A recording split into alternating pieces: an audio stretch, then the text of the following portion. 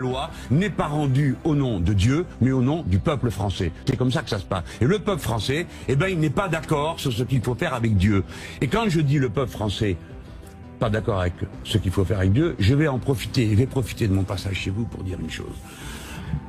En France, il y a une majorité d'indifférents religieux, ou d'athées, ou de gens qui pratiquent la religion d'une manière personnelle, dans le secret de leur cœur, qui savent que dans toutes les religions, on recommande de ne pas faire le tartuffe, le bigot ostentatoire.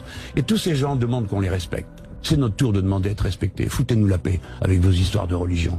D'accord? Faites ça chez vous, faites-vous dans votre cœur, dans votre pratique, montrez que vous êtes bon, montrez que vous obéissez aux principes de vos religions, et laissez-nous tranquilles, laissez-nous vivre notre vie. Voilà, il y en a assez. La France ne va pas passer son temps à discuter de religion. C'est notre tour de demander d'être respecté. Foutez-nous la paix avec vos histoires de religion. D'accord? De Christiane dans l'Ardèche, Jean-Luc Mélenchon. Pourquoi rester chez les francs-maçons si ce n'est pour des voix? Pour moi, un franc-maçon, c'est du copinage. Il ne travaille jamais pour le bien de tous, mais pour le bien de ses semblables, ceux dont il a besoin ou qui les dominent, et enfin pour lui, en excluant la moitié de la société. C'est une question assez curieuse. Pourquoi dois-je répondre sur la pratique de la franc-maçonnerie? Mais pourquoi pas? Bon, je vais bien y répondre. Pourquoi pas, Jean-Luc Mélenchon?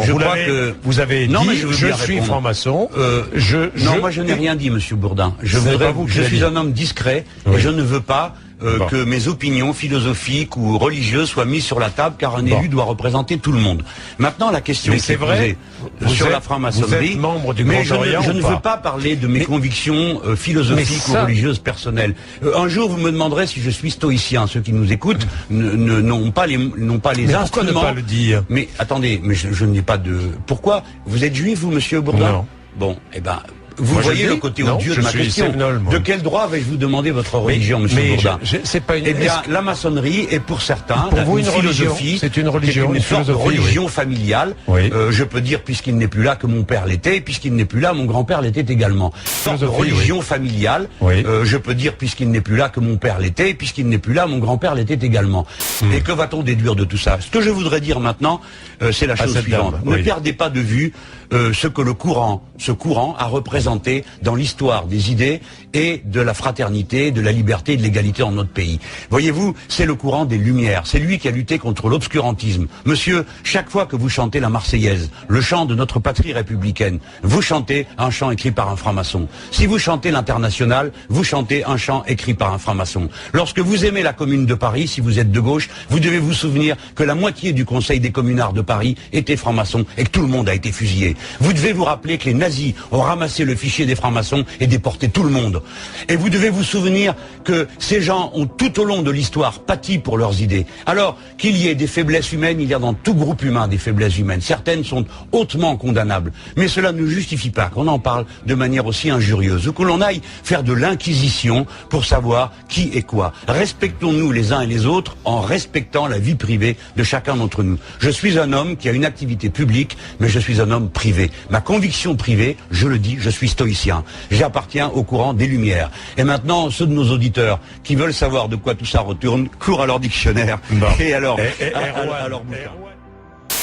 Jean-Luc Mélenchon, vous avez publié très récemment un pamphlet que vous avez sobrement titré « Réponse au discours de Nicolas Sarkozy », que vous allez nous dédicacer à chacun après l'émission. Nicolas Sarkozy, chanoine de Latran.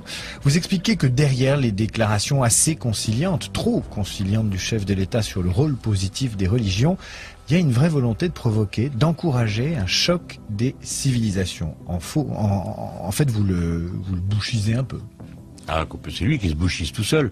J'ai fait réplique au chanoine de Latran. C'est un discours, une conférence que j'ai été prononcée au siège du Grand Orient de France, rue Cadet. D'abord, le parallélisme m'amusait, pardon la mégalomanie. Lui, il va au Vatican, moi au siège du Grand Orient. Et je pense que le tableau est bien en place de la lutte qui nous sépare depuis 2 siècles, les uns et les autres. Lui, il va au Vatican, moi au siège du Grand Orient. Et je pense que le tableau est bien en place de la lutte qui nous sépare depuis 2 siècles, les uns et les autres. Vous allez au Grand Orient en tant qu'invité ou comme membre? Mais ça vous regarde pas. Vous ne considérez pas que ça doit être public?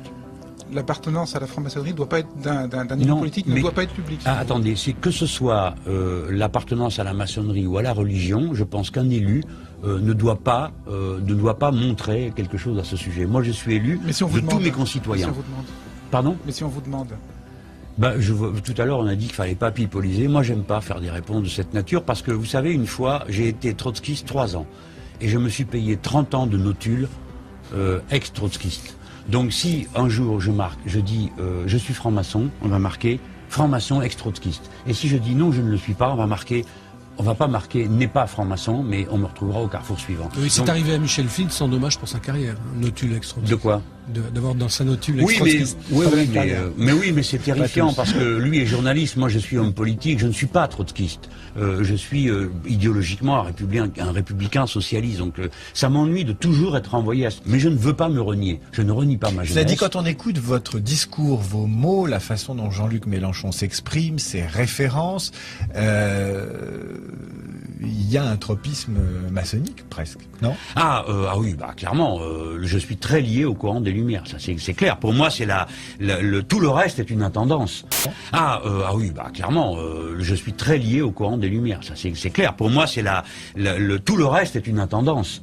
La politique est une intendance de cette adhésion intellectuelle au siècle des Lumières et à l'idéal de l'émancipation de la personne humaine, émancipation radicale, culturelle, etc. Alors là, Xavier Bertrand a révélé récemment qu'il appartenait à la maçonnerie. Un peu contraint et forcé par l'Express. Oui, mais enfin il l'a fait. Et donc, est-ce que vous partagez la façon dont il l'a fait, ou en tout cas vous inciteriez les élus à le faire? Comment vous réagissez? C'est pas mes affaires, je m'y intéresse pas, ça m'intéresse pas. Ce qui m'intéresse, c'est la question que vous m'avez posée d'abord. D'accord, mais c'est quand même un peu paradoxal, parce que la maçonnerie... Non, mais on parle de quoi? Du discours de Sarkozy ou de la maçonnerie? C'est pas le même sujet. On y viendra. Mais c'est important, puisque la maçonnerie renvoie à un socle de conviction, et finalement... Oui, on a dit que c'était la religion de la République. Et que par... C'était la religion de la République. Et que par ce socle de conviction que vous êtes allé défendre au Grand Orient, vous avez pris la symétrie de ce qu'avait fait Sarkozy au Vatican. Donc c'est quand même, c'est pas complètement de la vie privée, c'est un engagement intellectuel. Non. Attendez, non, mais contentez-vous de ma parole, de ce que j'écris. Pourquoi éprouvez-vous le besoin absolu de me situer par rapport à Pierre-Paul Jacques, la maçonnerie et tout? Je suis allé au siège du Grand Orient de France et j'étais très fier de m'y trouver. Parce que je faisais un discours qui était une réplique au chef de l'État. Je prends très au sérieux la République, ses institutions, ceux qui les incarnent, même s'ils ne sont pas de mon avis. Donc voilà, bon, après j'ai écrit 80 pages, c'est bon, on va parler de mes 80 pages, pas discuter jusqu'à la nuit de savoir si je rentre dans ce temple avec un tablier ou sans, ça ne présente aucune espèce d'intérêt. Et donc je dis, la maçonnerie est fondamentale dans la défense de la République, j'appartiens philosophiquement au courant des Lumières, et c'est ma référence ultime. Qu'est-ce que je peux vous dire de plus? Le reste, ça ne demandera rien. Foutez-nous la paix avec vos histoires de religion. Je suis allé au siège du Grand Orient de France et j'étais très fier de m'y trouver. La loi n'est pas rendue au nom de Dieu, mais au nom du peuple français.